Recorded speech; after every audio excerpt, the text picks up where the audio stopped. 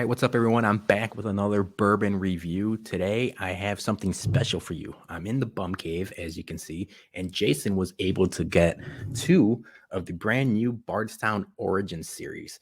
This is Bardstown Bourbon Company's first ever release with just their own distillate. Bardstown made its name as someone that was contract distilling or sourcing barrels from other places and blending them on their own. This is their first distillate that's just straight theirs, and it should be a wide release going forward. Right now, obviously, they just released the last couple weeks, and they're pretty hard to find. Although they're starting to be in the Chicagoland area more often.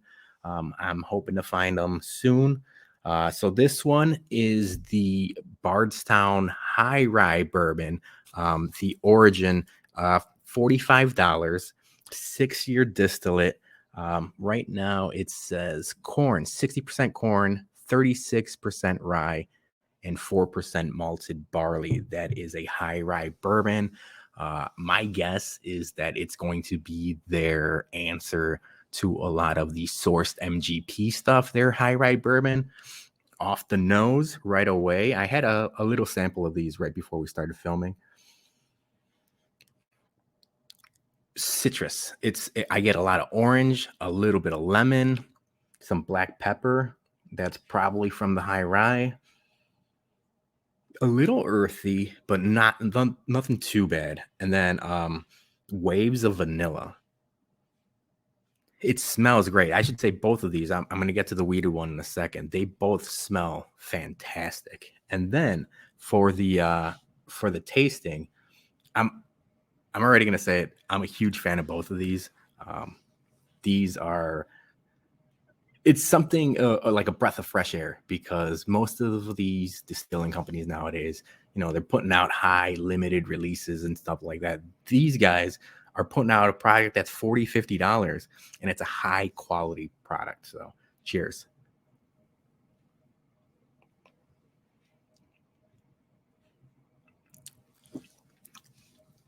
All right, for it being a high rye bourbon, the black pepper is there, cinnamon is there.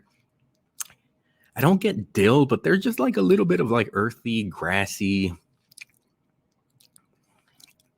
nature. Is nature a way to describe something? It's earthy, but just a hair. I get the vanilla again. The vanilla that was in the nose is definitely in the mouthfeel. For $45, this is pretty viscous. And the finish it's not a long finish, but it's just the same. Cinnamon and black pepper.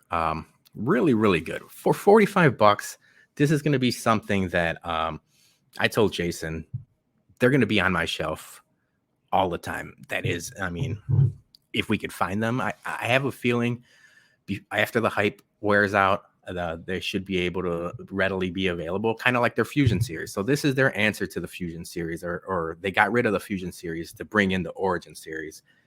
So you should be able to find these. And now the wheated product. So Bottle and Bond wheated bourbon, 100 proof, 68% corn, 20% wheated, or 20% wheat, and 12% malted barley. Jason said that this might be the Weller Killer, and I have a feeling I'm going to agree with him.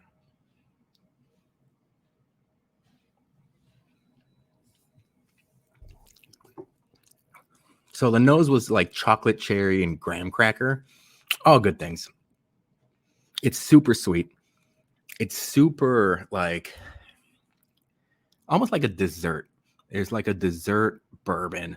Man, it's really, really good. $50.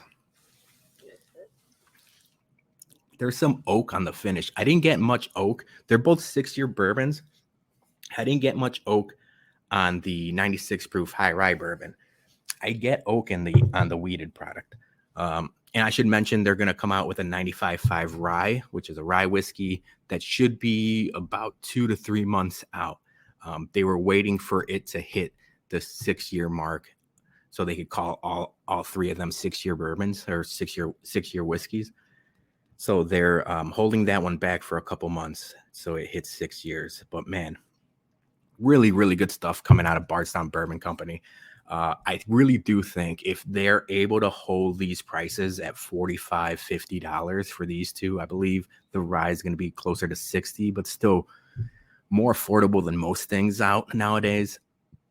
They're really going to start making they've already been making waves in the bourbon world and the whiskey world, but this is going to ramp them up and take them to the next level because Bardstown really knows what they're doing. They really don't miss.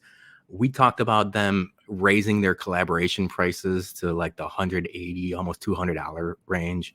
And their Discovery series, which is their higher end series, is right around like 140 usually. Sometimes places hike them up to 150, 160, but I'm okay with playing 140 for the Disco series if these stay at the 45, 50 price range.